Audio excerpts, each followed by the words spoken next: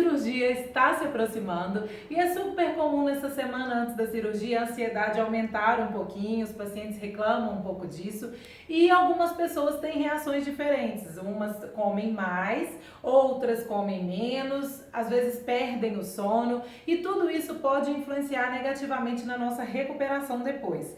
Então eu vou compartilhar aqui hoje com vocês algumas estratégias bem interessantes para a gente controlar essa ansiedade de uma forma segura, porque não são todos os tipos de plantas que a gente pode utilizar. Inclusive tem pessoas que chegam no meu consultório usando plantas que são usadas para controle da ansiedade que não deve. Então por isso também vamos testar o seu conhecimento. Eu vou deixar um quiz aqui para você responder e saber se você está sabendo tudo o que precisa, ok?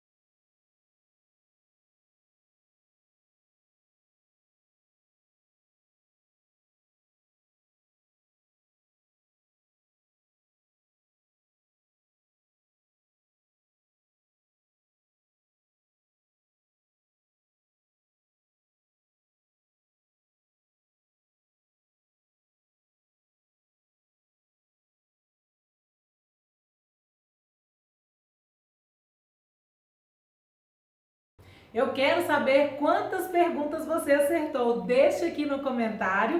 E também, gente, se você quiser entender mais sobre essa parte de alimentação, tá aí muito perdida sem saber o que pode comer, o que não pode, quanto de proteína você precisa, até mesmo esses fitoterápicos, essas plantas que podem, não podem ser usadas, eu elaborei para vocês um programa completo sobre alimentação, que é o programa NutriPlast.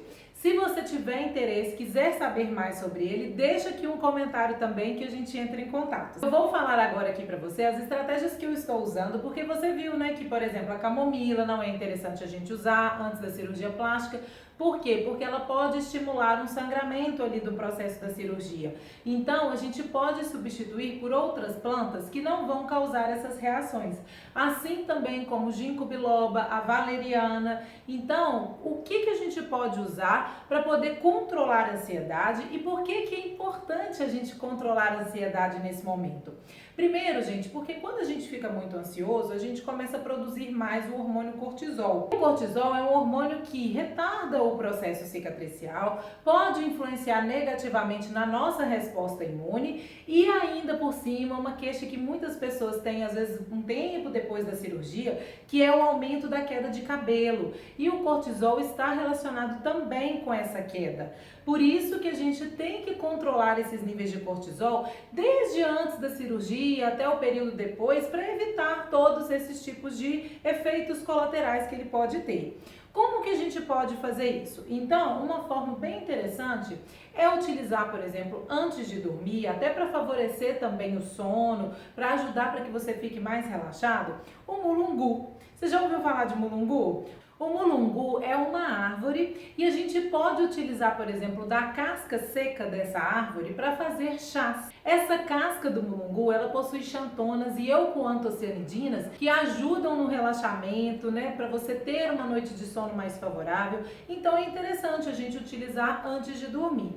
É importante, gente, saber se você usa algum tipo de medicamento já controlado para esse tipo de função, tem que ter um acompanhamento profissional para ver se você pode usar ou não, certo? E também não é interessante a gente usar por vários dias consecutivos. É sempre bom alternar, por exemplo, o chá de mulungu com outros chás que também podem ter essa ação calmante, como por exemplo de erva doce, de erva cidreira. O mulungu é uma opção bem interessante que eu tenho feito uso para poder ajudar nessa questão do sono e realmente acalmar para a cirurgia. Outro fitoterápico muito interessante é o ginseng indiano, ou também conhecido como ashwagandha.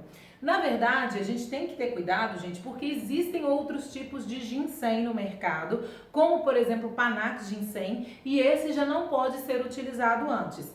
Nós encontramos a ashwagandha tanto na forma de cápsulas como em pó no mercado, e o uso dela é bem interessante. Às vezes a gente pode utilizar ao acordar e também antes de dormir, porque ela é uma planta considerada adaptogênica, ou seja, se você está com estresse muito elevado, se você está ali, né, com muita ansiedade, ela vai controlar essa ansiedade, você não vai ter uma diminuição muito grande desses hormônios para que você também fique muito prostrado, mas ela vai regular essa produção. Então, por isso que são as chamadas plantas adaptogênicas. Outra planta muito interessante também com essa função é a Rhodiola rósea, que também é usada para melhora da concentração, melhora da disposição física e também para melhora da ansiedade, do estresse. Você já conhecia essas plantas? Já tinha ouvido falar? Depois deixa aqui no comentário também para eu saber. E não deixe, gente, se você ainda não está inscrito aqui no canal, vai fazer sua cirurgia plástica ou já fez, mas está aí com dúvidas, né, em relação ao pós-operatório,